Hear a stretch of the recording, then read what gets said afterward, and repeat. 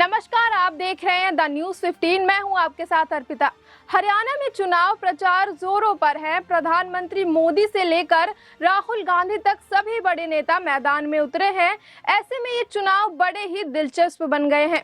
हम आपको लगातार सभी विधानसभाओं का सर्वे बता रहे हैं और लोगों से बात कर आपको विधानसभाओं का माहौल दिखा रहे हैं। इस बीच हिसार के बरवाला में जनता का चुनावी मोड क्या है, इसी को लेकर हमारे संवाददाता केशव पांचाल ने कांग्रेस के युवा नेता हरीश वर्मा से बात की।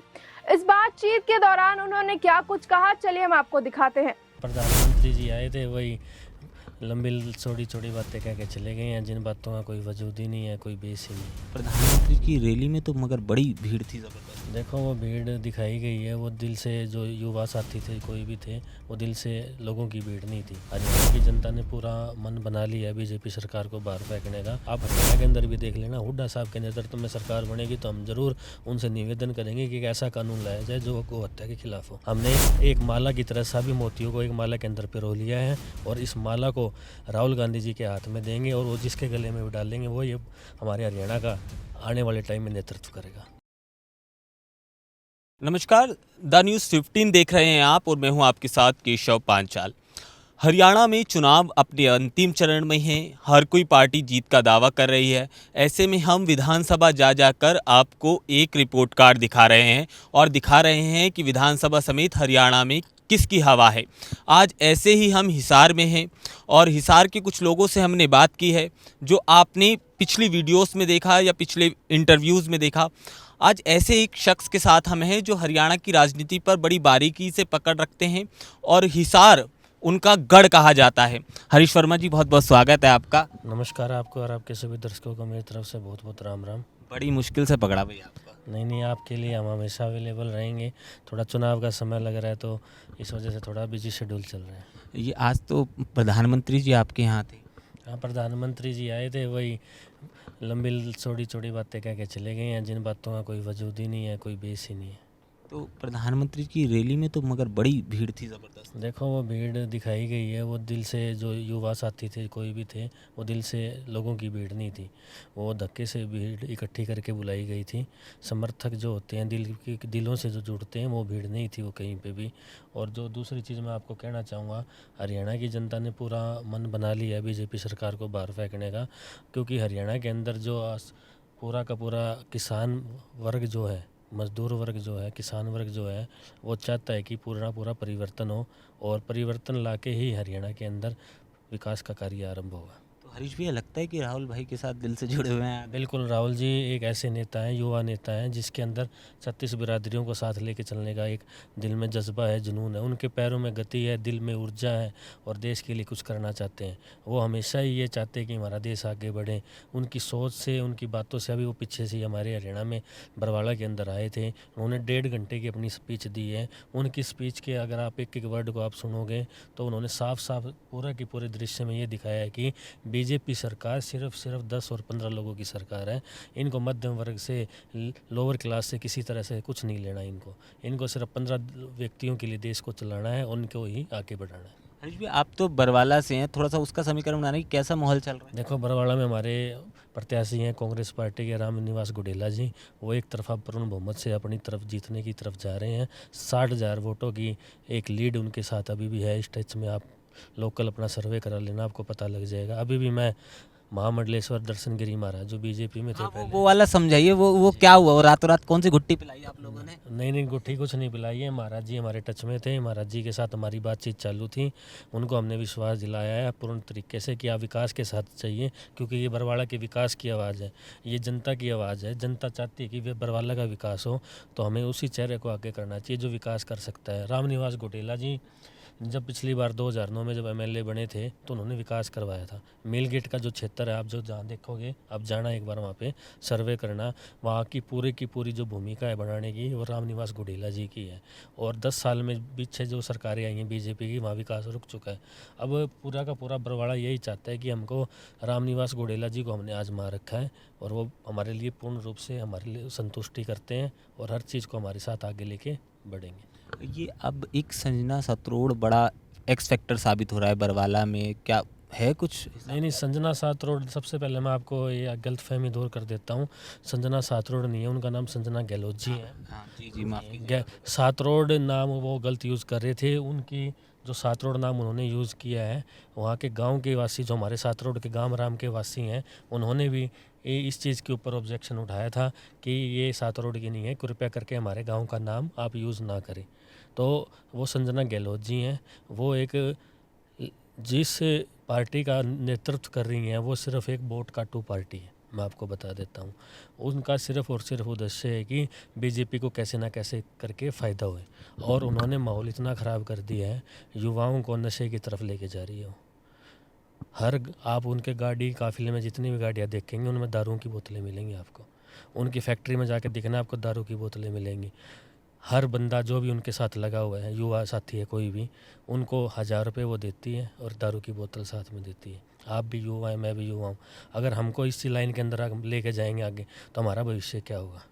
वो नशे को बरवाड़ा की तरफ लेके जा रही है। नशे को इतनी बुरी तरह उसने फैला रखा है बरवाड़ा के अंदर, आप सोच भी नहीं सकते।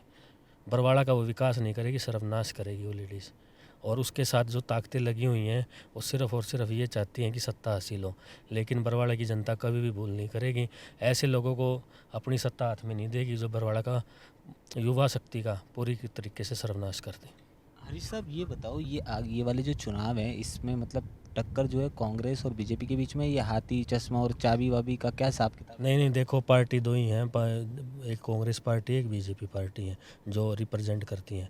बाकी जितनी भी पार्टियां वोट काटू पार्टी हैं, वो सिर्फ और सिर्फ बी टीम है। मुख्यमंत्री रहे उन पार्टी के साथ? नहीं, आप वो मुख्यमंत्री रहे थे चौधरी देवीलाल जी के टाइम में। और वो जब पार्टी थी चौधरी देवीलाल जी के टाइम की पार्टी थी, वो पार्टी की बात अलग थी, लेकिन वो पार्टी ये नहीं रही है। अब इस पार्टियों में उनकी ना तो नीति चलती है, और जो लोग बैठे ना उनकी नीयत है। वो सिर्फ और सिर्फ बीजेपी को फ़ायदा पहुँचाने का कार्य करते हैं कि बीजेपी को कैसे न कैसे करके फ़ायदा पहुँचे और कांग्रेस की सरकार नहीं बनने देनी। आप तो कांग्रेस को इतने करीब से समझते हैं, मगर ये गुटबाजी जो कांग्रेस की है, आपको लगता है कि कहीं ना कहीं इससे हानि होती है? नहीं, गुटबाजी कुछ भी नहीं है। गुटबाजी ये सिर्फ और सिर्फ एक भ्रम फैलाया जाता है। देखो, आपको भी पता है, हमको भी पता है कि पूर्ण बहुमत से सरकार बनने जा रही है। गुटबाजी करके सिर्फ और सिर्फ ये लोग ये दिखाना चाहते हैं कि इनमें एकता नहीं है, लेकिन अनेकता में ही एकता है। सारा का सारा कांग्रेस परिवार एक है, और आला कमान जो फैसला लेगी, ऊपर से जो भी फैसला आएगा, उसी फैसले को आगे लेके आगे बढ़ेंगे। अभी भी फैसला लिया था, टिकटें वितरण हुई, सारा कुछ हुआ। कुछ प्रत्याशी रूस से भी हैं, कुछ भी मनाया भी गया है, लेकिन सारा का सारा हमने एक माला की तरह सभी मोतियों को एक माला के अंदर पिरो लिया है, और इस माला को राहुल गांधी जी के हाथ में देंगे, और वो जिसके गले में भी डालेंगे, वो ये हमारे हरियाणा का आने वाले टाइम में नेतृत्व करेगा। बीजेपी कहती है मुख्यमंत्री का चेहरा है नहीं, कभी बाप। आज प्रधानमंत्री ने भी मंच से बोला है, कह रहे वो तो कभी बाप बनेगा मुख्यमंत्री, बेटा बनेगा, यही नहीं पता उन्हें क्या बोलते। नहीं, देखो, बीजेपी की जो विचारधारा है, सोच है, बिल्कुल नेगेटिव सोच है। उनकी सिर्फ और सिर्फ आपस में बिठाने की एक सोच रहती है। जहाँ पे वोट बैंक हिंदू मुसलमानों का ज़्यादा होता है, वहाँ पे हिंदू मुसलमान करवा देते हैं, और जब जातियों की बात आती है तो जाट नॉन जाट कर देते हैं। वो ना तो 36 बिरादरी को साथ लेके कभी चले हैं। उनका सिर्फ और सिर्फ कार्य है वोट डालो और राज करो। वो विकास के बारे में कभी भी नहीं सोचते हैं। वो सिर्फ और सिर्फ GST लगाने में लगे रहते हैं। आज के टाइम में कफन से लेके एक गोल्ड तक की हर चीज़ के ऊपर GST है। एक कफन पहन के आदमी निकलता है, मरता है, एक वक्त कफन पहनता है, और एक आभूषण पहनता है, हर उससे लेके वहाँ तक की हर आइटम के ऊपर GST है। धान का रेट बढ़ चुका है। यहाँ पर गरीब की बेटी, किसान की बेटी अपने घर से विदा होके दूसरे घर जाएंगी, तो वो किसान मजबूर हो चुका है आज अपनी हर प्रॉपर्टी बेचने के लिए। ऐसी हालत हरियाणा की 10 साल में कर दी है। आज जींद की एक वीडियो आई है जिसमें धान की खरीद नहीं हो रही है। जींद की मंडी की वीडियो हमारे सामने आई है। लालत हमें ऐसी सरकार के ऊपर जो जनता के विश्वास पे खरी नहीं उतरी है, और जनता के साथ इसने धोखा किया है। बीजेपी का लोकसभा प्रत्याशी जो बीजेपी ने इतने झंडे गाड़े, वो आज निर्दलीय चुनाव लड़ रहा है, तो ये जनता किस तरह से देख रही है? देखो, जनता निर्दलीय पर, हर व्यक्ति को एक अधिकार है चुनाव लड़ने का, अपना वोट बैंक मजबूत करने का, अपना नेतृत्व करने का। लेकिन जब बीजेपी पार्टी से जो भी व्यक्ति आए, चाहे कोई भी व्यक्ति हो, कोई भी प्रत्याशी हो, अगर उसकी छवि सही होगी, छवि ठीक होगी, तो ही जनता उसके साथ लगेगी। अगर उसकी विचारधारा, सोच बीजेपी के साथ मेल खाती होगी, तो जनता उसका सपोर्ट नहीं करेगी। हरियाणा में किस तरह से देख रहे हैं किसकी सरकार? आप जाहिर सी बात है एक तरफा बात करेंगे, मगर उसके कारण उसके पीछे एक तरफा माहौल है, क्योंकि हरियाणा में जो सरकार आ रही है ये किसी आम व्यक्ति के वजह से नहीं आ रही है, किसानों के संघर्ष का नतीजा है, पहलवानों के संघर्ष का नतीजा है जो हरियाणा के अंदर परिवर्तन हुआ है। किसानों की जो हालत बीजेपी सरकार ने की है वो एक आत्मा दुखाने वाला कार्य किया है। 2-2, 3-3 साल तक बॉर्डरों के ऊपर हमारे किसान भाई बैठे रहे हैं। उनके मन में अगर वो चाहते तो एक दिन में सारे के सारे काले कानून वापसी लेके बॉर्डर को खुलवा सकते थे। वो चाहते तो मना सकते थे किसानों को बुला के, उनकी बातों को मान के, क्योंकि हरियाणा एक कृषि प्रधान देश है, कृषि की डिपेंडेंसी ज़्यादा है। हर कोई व्यक्ति यहाँ पे कृषि करता है, खेती करता है, ज़मींदारी करता है, हर कोई खेती से जुड़ा हुआ है। चाहे आप खेती बीजने से लेके माल बेचने तक, आड़ तक जाएंगे, सब खेती से जुड़े हुए हैं किसी ना किसी तरीके से। बाकी जैसे इंडस्ट्रियल एरिया हरियाणा के अंदर बहुत कम है, कुछ पर्टिकुलर एरिया जैसे गुरुग्राम जो एनसीआर में लगता है, पानीपत में फैक्ट्री लगा लो, कुछ एरिया है जो इंडस्ट्री हैं, बाकी सब कृषि प्रधान देश है। उन्हीं के साथ, कृषि के प्रधान देश के व्यक्तियों के साथ ही आप गलत कार्य करोगे तो आपका सत्ता से बाहर जाना तय है। आज मैं अभी हिसार में जब कवर कर रहा था, मैंने उचाना में कुछ मज़दूरों को, किसानों में काम करते हुए खेतों में कवर करा, तो मेरे को ये लगता है कि उनका सूरज नाउमीदें लेके निकलता है और उम्मीदें लेके डूब जाता है। देखो, किसान बेचारा जब पैदा होता है, जब से लेके मरने तक हमेशा संघर्ष ही करता रहता है। वो अपनी फसल बोता है और बारिश का इंतज़ार करता है। वो कोई भी सरकार बनती है उससे यही उम्मीद करता है कि ये सरकार मेरी भला करेगी, मेरी एमएसपी का रेट बढ़ाएगी, मेरी तरफ ध्यान देगी। लेकिन सरकारों की तरफ ठगाई जाता है हर बार किसानों को, उनकी तरफ ध्यान नहीं दिया जाता। वादे किए जाते हैं बड़े बड़े, हम ये कर देंगे, हम वो कर देंगे, लेकिन जब वो बन जाते हैं तो उनकी गाड़ियों के शीशे नीचे नहीं उतरते। तो ये सारी चीज़ें जितनी भी लागू हुई हैं, सारी की सारी किसान विरोधी नीतियाँ थी बीजेपी के पास, और इन्हीं नीतियों की वजह से बीजेपी सरकार हरियाणा में फेल हुई है। और मैं नहीं जानता कि हरियाणा के अंदर अब कोई बीजेपी सरकार का आने वाले टाइम में कोई भविष्य होगा किसी भी तरह। अगर हमारी कांग्रेस सरकार ने ये सारे वायदे पूरे कर दिए तो बीजेपी की हरियाणा से जड़ें टूट जाएंगी बिल्कुल। मैं ज़्यादा वक्त नहीं लूँगा, आखिरी सवाल, आज मोदी जी की रैली को मतलब फ़ोन पे सुना आपने? मैंने मोटा मोटी स्पीच के बारे में सुना था। उन्होंने जो टारगेट किया है पूरा का पूरा सेंटर गवर्नमेंट को ही किया था, सेंटर मतलब विपक्ष पार्टियों को ही किया था, इंडिया अलायंस को ही टारगेट किया था। वो उनका एक नॉर्मल रूटीन है, बोलने का बोल के चले जाते हैं। 15 लाख रुपए भी दे रहे थे वो खातों के अंदर, 15 लाख रुपए अभी तक तो किसी के खाते में आए ही नहीं है। और दूसरी चीज़, बड़ी बड़ी बातें कर रहे थे, हम गौ हत्या के ऊपर कोई कानून लाएंगे, वो कानून भी अभी तक हरियाणा के अंदर तो किसी आपको लगता है वैसे गोहत्या पे कानून होना? बिल्कुल होना चाहिए, बिल्कुल कानून होना चाहिए। पार्टी देख लो, आपको कहीं विपक्ष में ना खड़ी हो जाए। नहीं, पार्टी कुछ भी है, पार्टी अपनी जगह है। गौ हत्या, इंडियन अलायंस ये नहीं कहती कि गौ हत्या हो, वो नहीं चाहती प्रकृति को किसी प्रकार का नुकसान हो, वो नहीं चाहती कि किसी जीव की हत्या हो, चाहे कोई भी पार्टी हो।